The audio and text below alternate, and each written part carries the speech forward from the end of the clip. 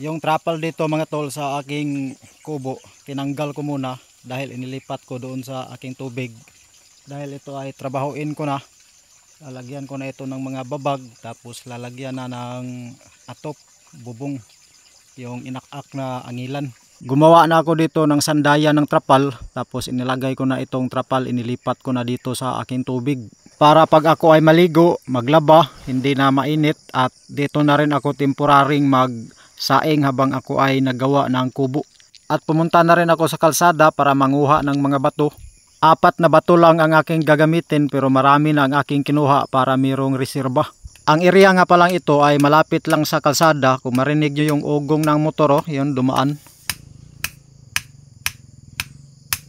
Yung puwersa ng lubid pag hinila papunta dito, kaya inislanting ko siya ng paganyan. Doon siya nakaharap para pag hila ng lubid dito matibay. Kahit na ito ay temporary lang pero ginawa ko pa rin siyang matibay para hindi ko kasi tansa yung malakas na hangin baka kasi pag malakas na yung hangin matanggal na naman, tapos magkabit na naman. So sobrang napakahasol. Narinig kaya dito sa cellphone?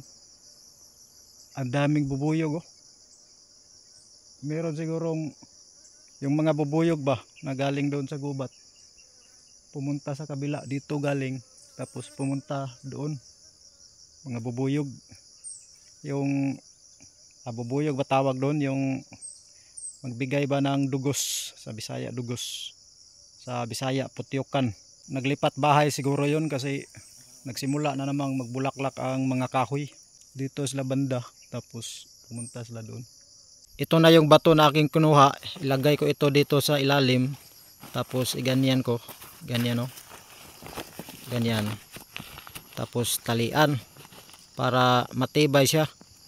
Lalo na kasi itong trapal ay ayan madami ng butas, kaya kapag ginanito ko hindi siya mas lalong mabutasan pa ng marami na kasi itong butas ayan ayun pa, tapos dito pa marami ng butas, kaya sinagaan ko na lang. Ito na ang trapal, natapos ko nang malagay. Tingnan natin sa loob. Ito yung tubig dito.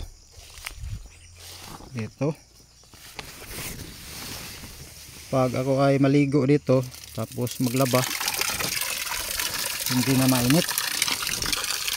Yan, may lalabhan ako ngayon. Ayan, pwede na magtampisaw dito, hindi siya mainit. Tapos ito mataas para ako ay makatindig talaga. Dito nakaharap ang trapal kasi pag magsimula ang araw na sisikat dito, tapos magtanghali, yan ang araw, tapos magtanghali dito, tapos hanggang hapon dyan. Kaya ganito ang forma ng aking trapal para ang araw, simula sa pagsikat ng araw, hindi na siya mainit dito. Ito ba, simula sa pagsikat ng araw hanggang dyan, hanggang magtanghali, hanggang maghapon, dyan hanggang maghapon, hanggang sa magdilim, maggabi na. Ang dito hindi talaga siya mainitan, kaya dito siya nakaharap. Kasi kapag yan ay doon siya nakaharap, sigurado kapag sa pagsikat pa lang ng araw mainit na kung doon siya nakaharap. Kaya ganyan ang forma, ganyan ang aking tirada. Kasi sa simula pa lang ng pagsikat ng araw, dito kasi sisikat ang araw, hindi na siya mainit. Kagaya ngayon napakainit. Ito yung araw ayan ang araw. Tapos ang trapal, tingnan natin yung sa tubig, yung banda sa tubig, hindi siya mainit. Kahit saan mapunta yung araw, dito mag alas 9, alas 10, alas 11, tanghali, alauna, alas 2, alas 3, alas 4, alas 5, hanggang sa maghapon, hindi talaga siya mga init dyan. Kaya ganyan ang tirada. Pag ako ay naligo dito tapos naglaba, hindi na siya mainit. Dati doon sa Cagayan de Oro, 4 na taon ako doon nagtrabaho, tapos yung aking sweldo ay nagbabayad pa ako ng kuryente at saka tubig. Sa tagal na pagtrabaho ko doon, nabuksan ang aking isip na yung sweldo ko ay binabayad ko lang sa mga bills. Samantalang meron namang area ni Lolo dito na nag-aantay lang kung kailan i-manage, tapos libre pa yung tubig.